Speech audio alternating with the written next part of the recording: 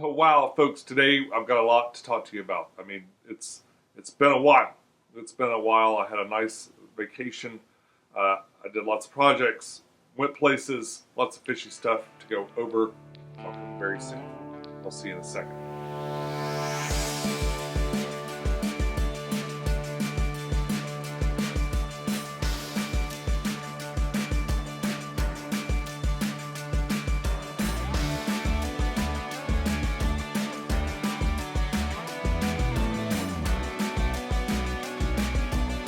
Hey YouTube, this is Pecktec, and yes, there's been a lot of projects, a lot of fish stuff going on. So I decided to take off for my birthday this year. I turned 50 on the 17th. I found out that Aquashella Chicago was happening the weekend before that, and so I decided to attend, sort of last minute. I didn't really plan it too well, but Holly decided to go with me too. So it was a nice treat to have a trip with Holly.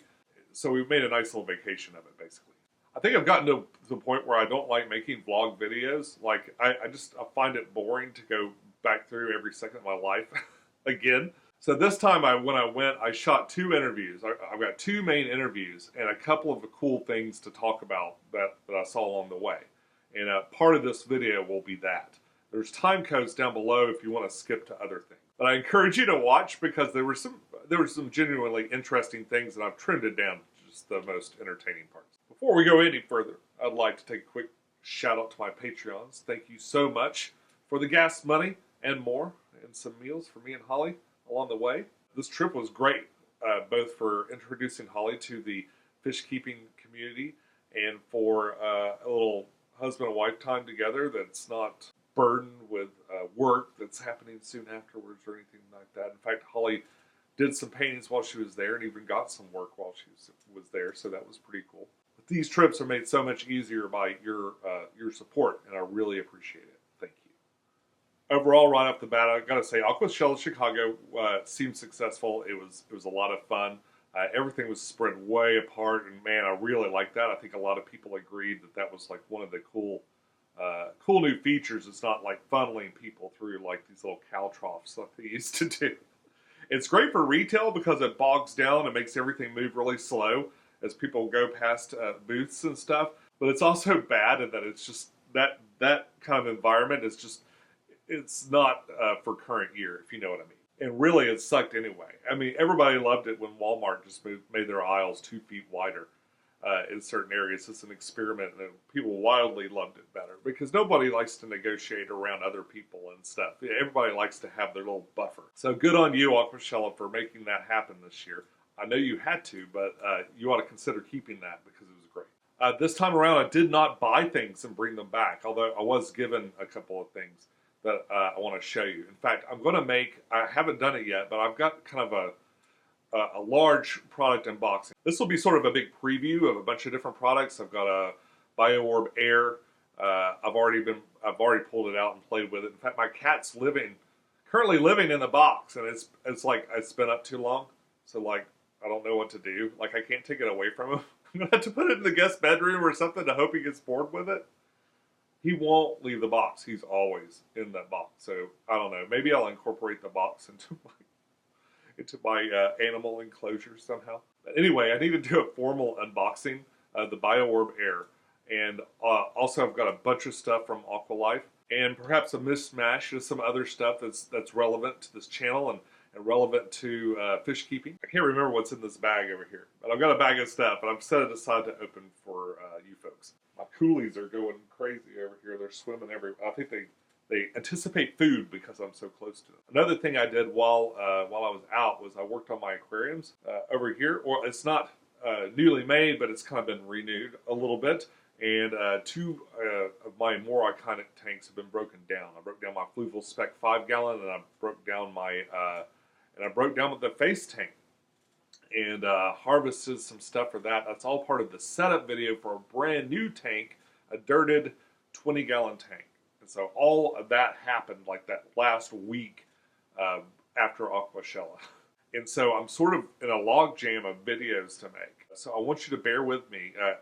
Not everybody loves convention coverage, so I've tried to do it a little bit differently, okay? Typically, I shoot, like in the old days, I would go to one of these and I would shoot enough videos to just put out for a month. But after a couple of weeks, people really stopped losing interest in it. So what I've done is I've interviewed 2 people, and they're awesome. You really need to know Jeff Miyake, who is a world-class aquascaper. He's done some amazing work. There'll be a link. In fact, there'll be a link in the description where you can just go check him out now if you want. I did an interview with him, and we took a look at a tank that he made there at Aquashella. In fact, the whole Oase booth was just full of really great aquascapes from him and Jen Williams and a bunch of other people I'm not as familiar with. I think the Chicago, one of the Chicago clubs did all the stuff for it. Jeff talks about it a little bit in our interview. But it's just a whole booth of amazing aquariums. So I made a little 5-minute montage, no talking, no BS, just aquariums and some moody music. I do apologize for this music and any other music that I put on YouTube. I used to be real carefree. Like I would just go find stuff that they said was royalty free and throw it on a montage or something. But inevitably, what happens is I get a hit video and then it's claimed either falsely or truthfully at some point in the future. And I've just either been misled and it's not copyright free, royalty free. So now I only use music from the YouTube's library, and I try to pick stuff that's interesting. But I tell you, all of it's garbage. It's garbage. But the Oase Aqualife booth was amazing. All those nice rimless tanks that you see from 7 Ports and from that website, 7 Ports and Aqualife, all those Aqualife glass products and other things were there. Also, Seacrest Farms put like some really cool fish in there too. So I mean, just across the board, it was a really, really neat booth. They had a couple of bio-orb airs there that I would love if I could build mine even close to that. So there's a 5-minute montage of that coming up. I might make that an extra video, like a Wednesday video. Maybe this Wednesday. What do you say? All right, so that's everything that happened like after Aquashella and a couple of things to come. Product unboxing, a couple of interviews while I finish up the 20-gallon and getting it ready. Then you'll see the breakdown of my 2 nano tanks and what I did for harvesting plants and stuff. And then we'll move on to the 20-gallon and the bio-orb air setup, and then at some point before the end of the year, I want to redo the 210. I've been coming out real slow because I'm not sure what to do. I'm not used to catching big animals. I don't know how to get Mr. Tubes. I'm now soliciting for ideas. Currently, my best idea is to put a bunch of PVC pipe in there. Hobie crawls in and trap them in there and pull them out like that. Like they get the big PVC or something like that. But I'm not sure. I'm not sure what to do. So if you've got any ideas, I'd love to hear it. I mean, I could just get a big net. I got friends with like the really huge nets and stuff, so maybe I could do that too. Netting just seems so like, I don't know. My favorite fish to move is the Pleco. Like the Pleco is always the easiest one. He crawls in his cave, I pick the cave up, and I move it someplace else. I'd love to be able to do that with Mr. Tubes because he's so powerful and he can just thrash around and stuff. I don't like that. I don't like it when they struggle. I'm not sure what I'm going to do with them either. I've got a 55. It's kind of an emergency 55 that I kept just in case there was a problem. And yeah, I guess I'll use that maybe in the sponge filters from the sump or something like that. I've invited Ed from Chattanooga, Ed, and James from Fish from Fever to come over and help me get it done. So that should be an interesting adventure. Maybe that'll happen sometime October, November. All right, so let's do this. I prepared some fun footage of the show.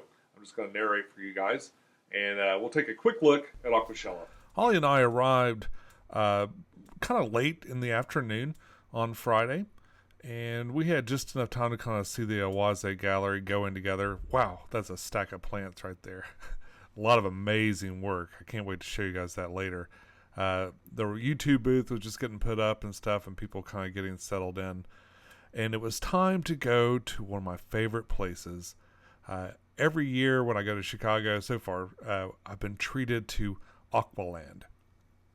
Aqualand is owned by Greg Wistock, who is the pond guy. He's known as the pond guy on YouTube. He has a great big commercial facility, and I mean, Okay, so you're looking at all of this through a pretty wide angle lens, a very wide angle lens. But I can't stress enough just how enormous this facility is. The front part of this building is a retail space, and it's filled with really nice example ponds, really interesting things, a retail counter, of course, for your transactions. Lots and lots of products for sale, little accessories and pond-related items to be had here. And it was a really large facility in the front with a lot of great examples of things that you could do to make your pond better, and maybe work that they've done if you'd like to hire them to work on their pond. There's little hints here and there of kind of the family business kind of nature.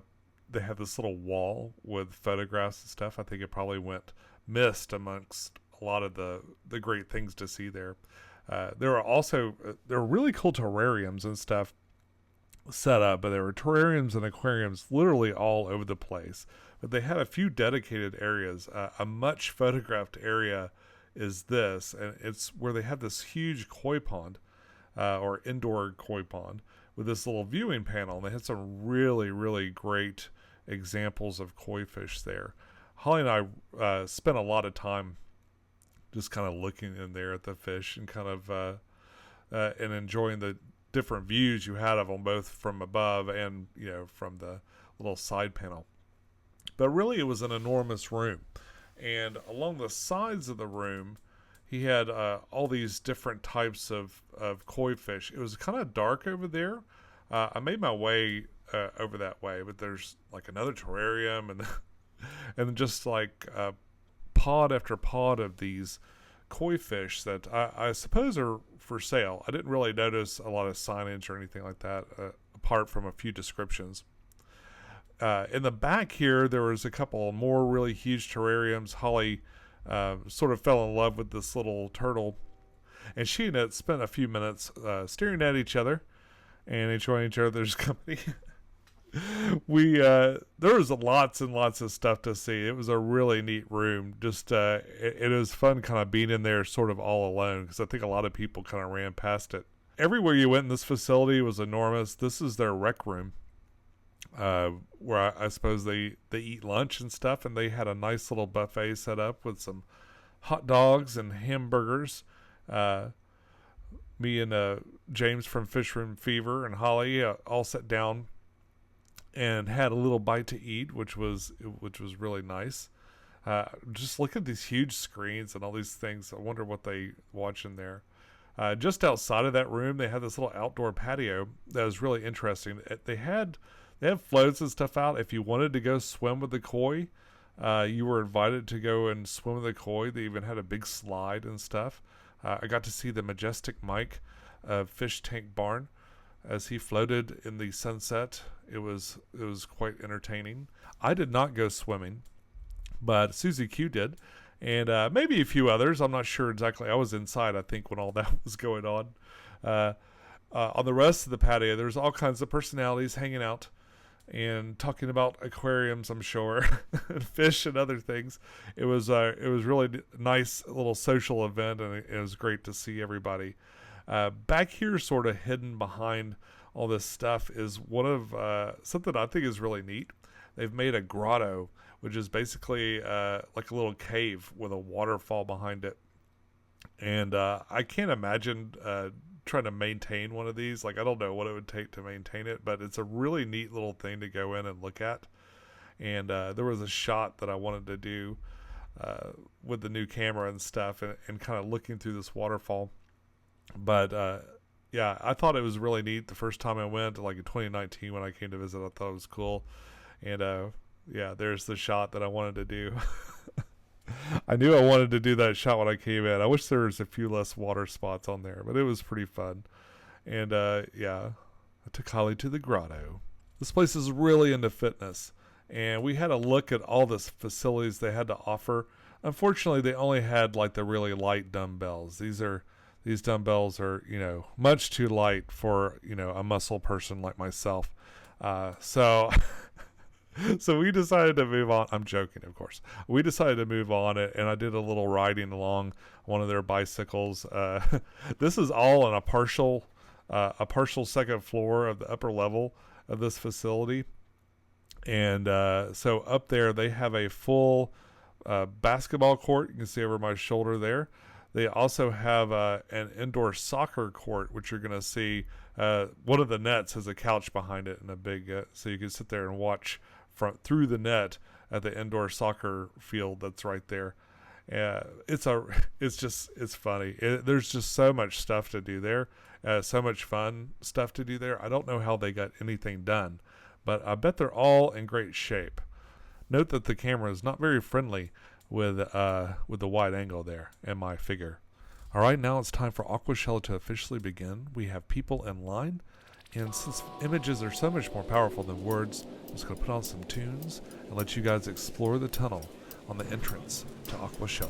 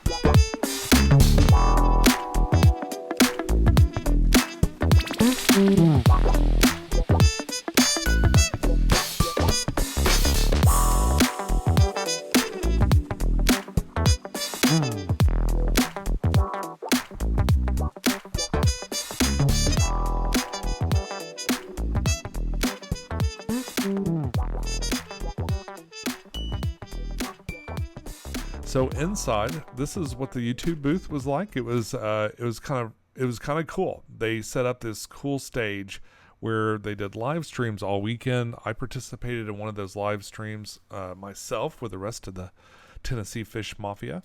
They had lots of good people on there talking about different things. I invite you to join their YouTube channel. There was a nice little congregating space up here, and a lot of people were getting together there and taking photos and stuff, and signing autographs, and it was a great place for the fans to kind of interact with the YouTubers, and kind of a nice little home base for all of us while the event was going on. And so you could venture out, do some footage, come back here and hang out and talk YouTube with some of your creators and stuff. It was a real good time, as always. That's Ed and I signing 100 posters each. And there's a lot of signing going on. There was a lot of hanging out and meeting up with friends and stuff that you don't get to see all the time. It was really cool to see everyone again. A big part of what really makes this event fun is getting to see some people in person and you know, just having fun with acquaintances that you don't get to see all the time. I really enjoyed. I always enjoy seeing these folks, and it's so much fun. There were a few really unusual things that I saw, and I wanted to kind of just point that out. This is an enormous Betta sorority. Now, I can't remember. I think this is a 50-gallon tank. I cannot remember the size of this tank, but there were many. I lost count. I think someone told me at one point, but I mean, it's got to be well over, you know, a couple of hundred, maybe, Bettas in here. These are all females, and I didn't see much aggression. I saw a couple of people I saw a couple of fish kind of going after each other a little bit in here, but for the most part, they all kind of found their place. Of course, a few were hiding and stuff, but it was kind of a neat display of what can be done, at least temporarily. Now, another thing I saw was for $10 you could fish a Betta out of this, and they're all juvenile males, but they got a lot of color and stuff. I mean, you can see they look like not a lot smaller than stuff I'd see in the store. And I was kind of fascinated to just I've never seen this many together like this. Of course, I've never bred Bettas, but I sat and watched this for a good long time just to see what was going on. There's a lot of aquascaping going on, a lot of these little tanks being built. Ran into Serpa design there. What's up, Sean? What you doing? Scaping it up. Using the glue, Yeah, the glue. Dude, I've been all over the place trying to find glue. Well, Nace hooked it up. Well, Nace, thank you, Well, Nace. So I'm using a lot of like really thin pieces and stuff. They'll float. Yeah. So, They'll either float out or just wash away. yeah. Show things, you know, consult. He's a consultant, so just like on his YouTube videos, he's consulting with the crew. Exactly it. Yes. So without further ado, I'm gonna go first because I'm talking right now. Let's do it. My man, my boy, Tanner. Let's hear Service One. Scott, we need to change sides here. You get over there. Let's do it. All right, Scott, you go. All right, our Team Awesome, Brett Raymer. What a gentleman already. I mean, for about 5 minutes that has cut through. You know how it goes. Two contrasting designs here in these beautiful ocean view Planet Aquarium tanks. Oh, man, did you feel that? I felt the shockwave from here. I can't even imagine being in the audience right now. Start warming your hands up, stretch your fingers out. You guys are going to have a job here very soon that's going to be very important to the make or break of two careers here, because everything is hinging upon who wins this. YouTube has already said if Tanner doesn't win, they're canceling his channel. Brett has a whole new, he's got a deal with the Food Network. If he wins this, they're looking at... Make sure you subscribe to my YouTube channel, please. Brett Raymer, YouTuber. The first video is Brett Raymer wins Aquashella. Yes! Woo! 23, 2. All right, we're going to go from 20 to 20, 19, 18, 17, 16, 15, 14, 13, 12, 11, 10, 9, 8, 7, 6, 5, 4, 3, 2, 1. hands off,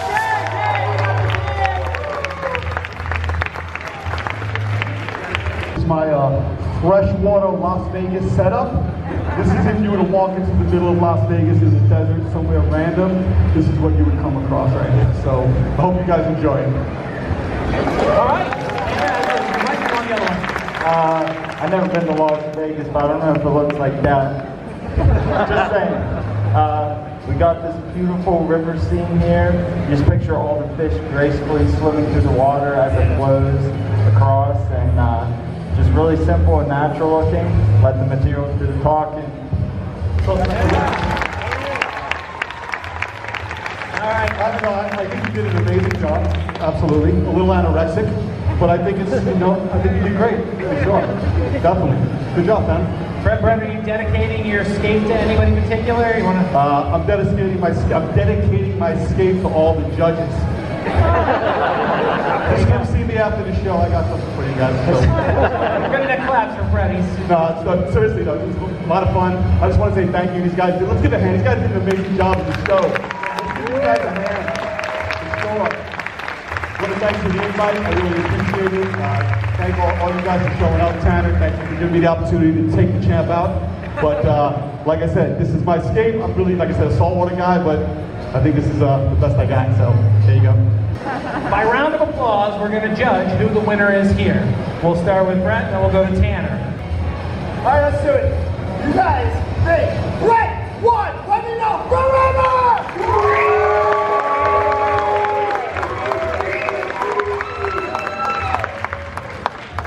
105.4 on the official Aquashella sound meter. So, without further ado, let's hear it for Tanner from Serpa Designs.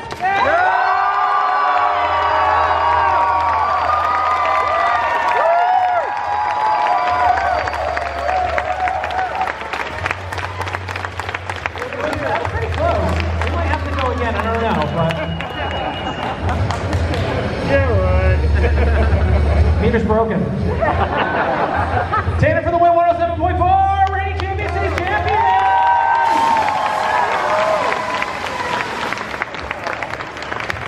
Huge round of applause for all these guys up here. I really loved the setup they did for the Fish Tube booth. I thought that was really fun. And it was neat to kind of hang out there backstage with everybody else and just kind of collaborate and talk and hang out. It's always a lot of fun. The 360 camera did pretty good for the most part. I did have at least one mishap, like right here, where it dropped, and I didn't even notice because I just turned around and I walked off and left it like that for a great deal. But for the most part, the 360 camera has been a fun thing to use. The drive home was quite pleasant and uneventful. Lots of cool windmills, lots of flat plains before we got back to sweet Tennessee. Folks, that's all I got for you this week. I'm sorry, like I said, logjam. It was a logjam of projects and things to show you. So sure tune in Wednesday. The Oase Aqualife Gallery was an amazing display, probably the coolest display at Aquashella. I'm a bit biased because I use their products and stuff, and I really like their products. But it was cool. I mean, it was undeniably cool, and I invite you to enjoy it with me. That's all I got for this week. I'll be back real soon with more videos. Until next time, follow your bliss, keep a clean tank, and I'll see you soon.